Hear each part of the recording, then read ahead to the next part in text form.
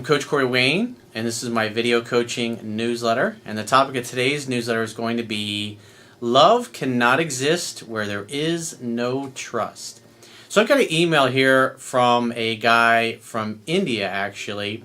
He's been with his girlfriend, or his now ex-girlfriend, for about 5 years.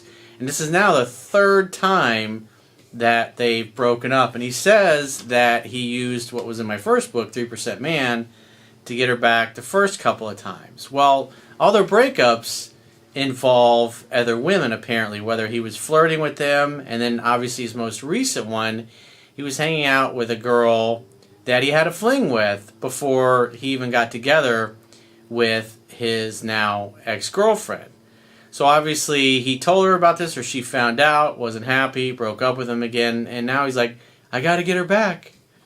So it's like the third time that this guy has done that. So I'm probably going to light him up in this video. But I got a quote that I wrote, and then we'll go through his email. And by the way, my new book, Quotes, Ruminations, Contemplations, paperback and hardcover, is out on Amazon.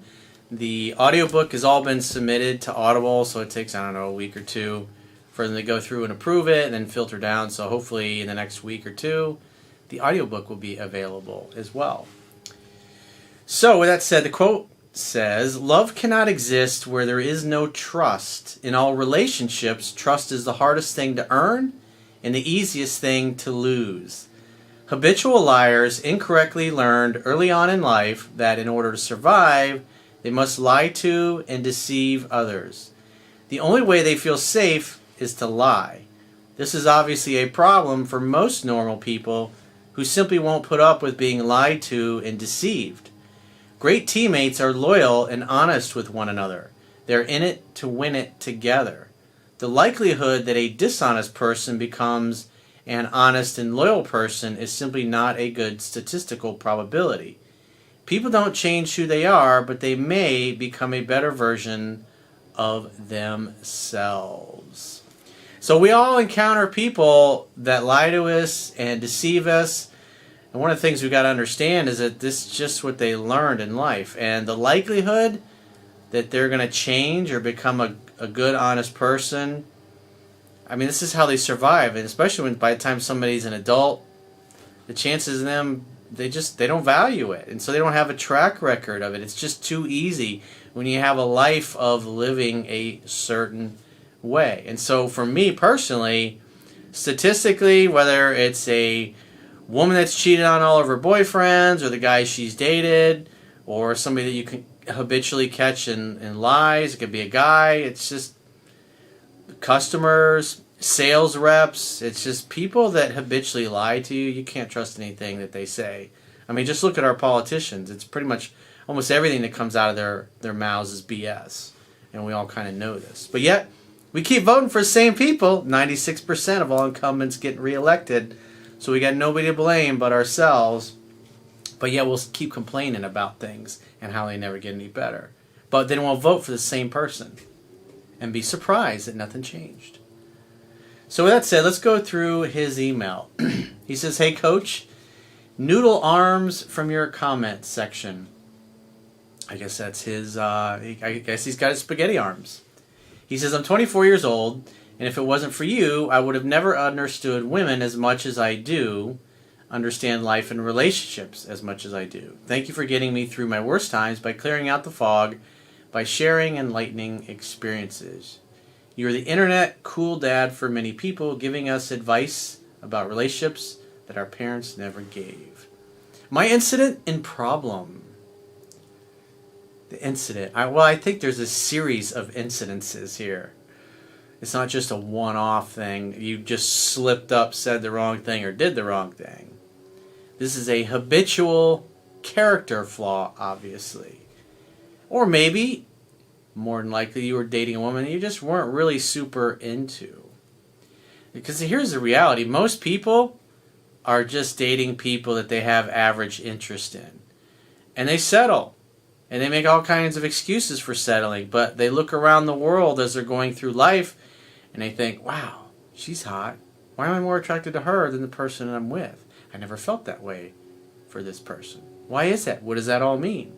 These are the questions that started me on my journey of self-discovery and wondering, how can I get better? How can I be better? What can I do? What do I have to change? What do I have to display? How do I have to modify my approach in order to be with somebody that sets my soul on fire, where internally it feels like we were supposed to be together? You have that feeling when you meet like a really good friend that you just always hang out? It's like your best friends from the day that you meet. And it's the same thing with relationships. The best relationships, they just seem to kind of come out of left field when you least expect it. And it's just easy and effortless to be with that person. You have similar goals, similar values, a lot of things in common. You never run out of things to talk about.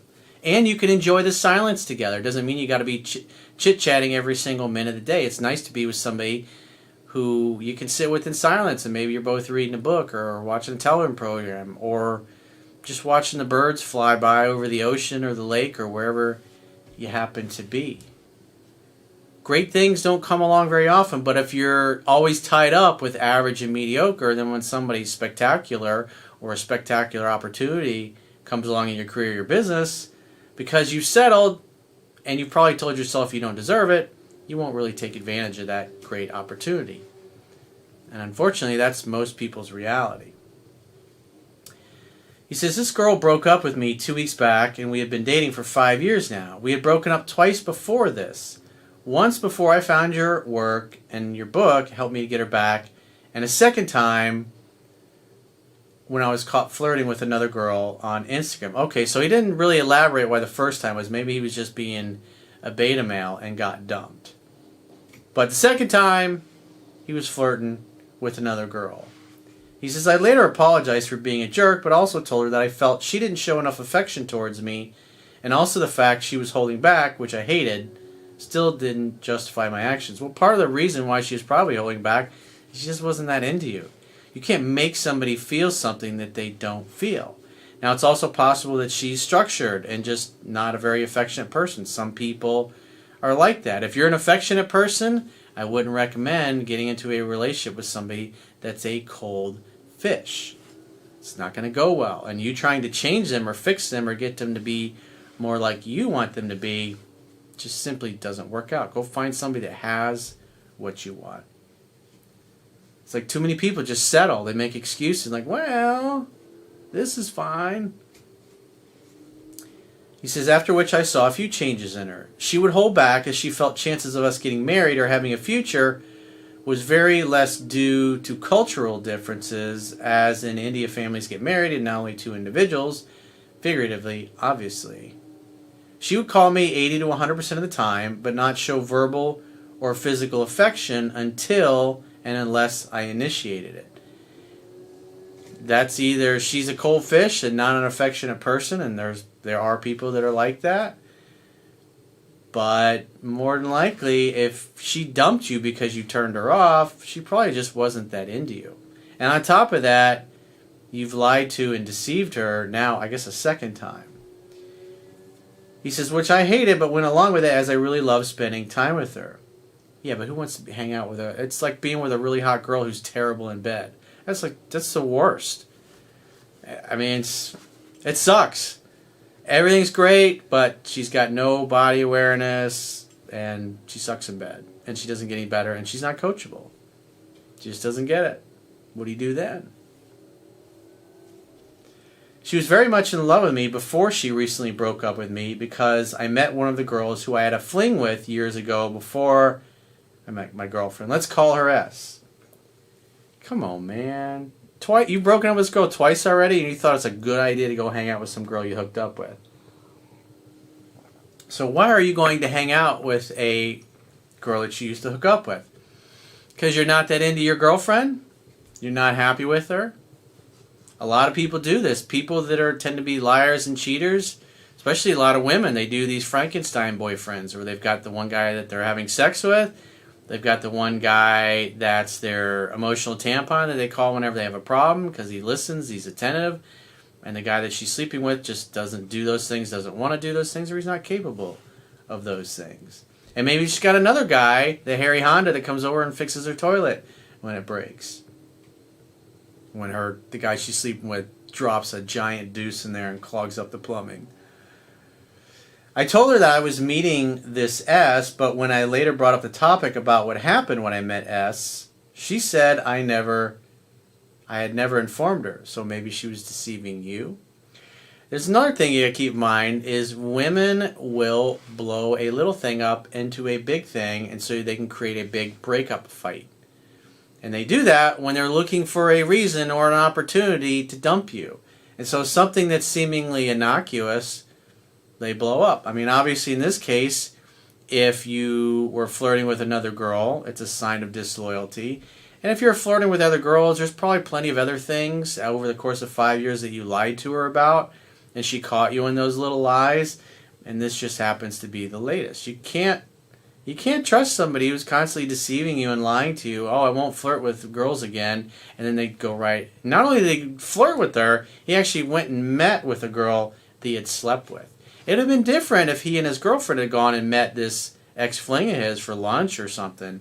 But the fact that he went and did it when he's supposedly in a relationship, that's just disloyal. It's like, you don't do stuff like that. That's just stupid. It's like, come on, man. And maybe on some level you were trying to blow it up because you weren't that happy with her. He says, she was very hurt and pissed by this fact and doubted me. Well, it doesn't sound like you have much of a track record of being trustworthy, bro. I acted defensive and logical in that moment. She got up and left, but later, the next day, I understood what I did wrong. You should have never met with this girl to begin with. On some level, you were sandbagging the relationship. Because you've been with her 5 years. She's not going to change who she is. She is who she is at this point. You either love her and accept her the way she is, or you go find somebody that has all those things. Obviously, you want an affectionate woman, and she's a zombie. Probably a part of it's because low interest. Another part, maybe she's just structured and not very affectionate. I mean, my grandparents were like that on my dad's side. My grandfather, he wouldn't come, hey, I hug you, I love you. He'd reach out his fucking hand and shake my hand. And then my grandmother just acted like I was some stranger off the street. They were just weird people. They didn't say I love you. They didn't hug anybody. They were weirdos. It was like, that's not normal. They grew up in very fucked up, dysfunctional families. I wrote about that in Mastering Yourself, which you can also read for free at understandingrelationships.com. And my grandmother, her mother died when I think she was 12, and then my great-grandfather was in the army. Everybody called him the colonel. And so when she's 12 years old, she had to work a part-time job. She had to pay rent to her dad at 12. But you can understand, back then in the early 1900s, if anything had happened to him, she would have been able to have to go out and get her own job and pay her bills and provide for herself. So probably in his mind, he was teaching her to be self-reliant. But she grew up without a mother, in essence. And the father was in the army. He was busy. And so she had to clean, she had to cook, she had to do the laundry, she had to pay him rent, she had to hold down a part-time job, all this at 12 years old. So you can understand, okay, well, now it makes sense why my grandmother was such a cold, emotionless zombie. Oh, by the way, the leaf blower that started up right before I started the video, there's no extra charge for that, guys. He says, I asked her to meet me as I would want to listen to how I made her feel, and when we met, she spoke about what she felt and I tried opening her up. After which I apologized, saying it was a stupid idea to meet S, but there was also a miscommunication. She asked for a break anyway, after which she broke up with me over a call 2 days later, and she sounded very firm about it as if it was the last time. Yeah, she's probably given you umpteen chances by now, dude. You're not a trustworthy guy. What have you done to be a trustworthy person? So you shouldn't be here going, oh gee, I'm really shocked that I'm in this position. You should be asking yourself why you stayed in this relationship so long when you weren't that into it. Can't make somebody be affectionate who's a zombie and a cold fish. I responded that I was sad that she felt that way, but I understand, and asked her to call me if she wanted to get some pre fries again, her favorite food. Well, I have no idea what it is. I'm sure it's delicious. He says, I haven't contacted her since. I am feeling numb and anxious. Well, that's reality, my friend. You did it to yourself. So do I stand a chance of getting her back? It's slim. Probably not, because this is the second time you violated her trust that you told us about.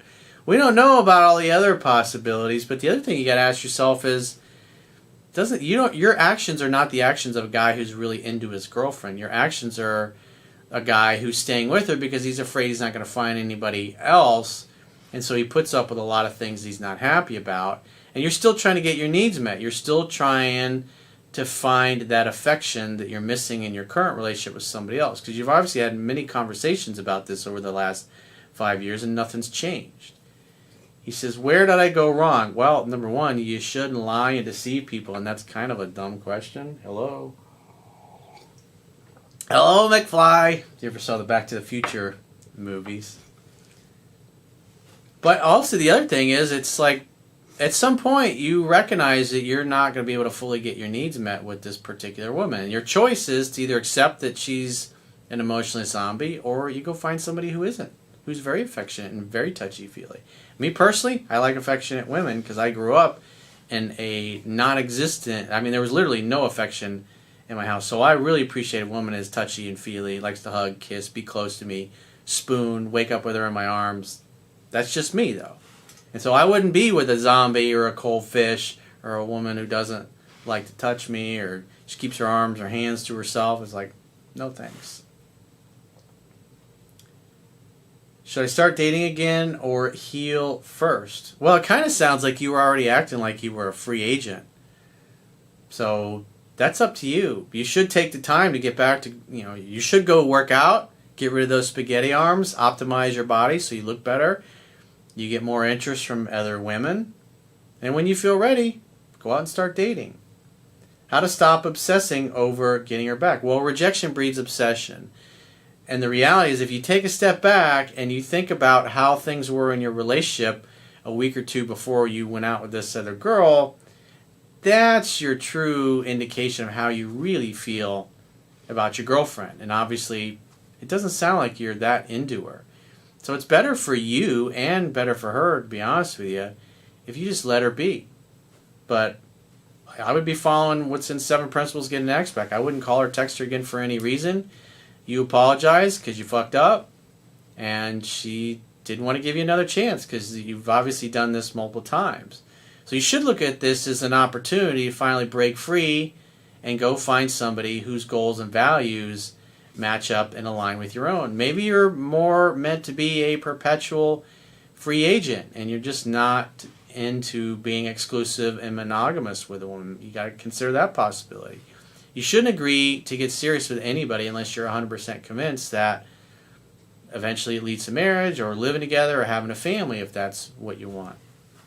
Or you just like being single. Everybody's different. I coach all kinds of different people. Guys that are ultra religious and believe that divorce is not allowed. I got other guys that just are perpetual bachelors. They don't want to be serious with anybody. I got guys that in the Middle East, a lot of Muslim guys I coach have 2 or 3 wives, and guys in the West bitch and complain about one woman. Hey, try being a Muslim man and have 2 or 3 wives. You think you got problems? Try to keep 2 or 3 women happy and have kids with each of them. That's a real challenge. So I also have gay and lesbian clients that I coach as well. It's like different strokes for different folks. It's like my job as a coach is to help people get what they want in life, not to be their judge, because quite frankly, I'm not qualified to be anybody else's judge. I'm just here to help you achieve your outcomes. And so if you've got some outcomes for your personal life or your professional life and you'd like to get my help, go to understandingrelationships.com, click the products tab at the top of your screen, and book a coaching session with yours truly. Until next time, I will talk to you soon.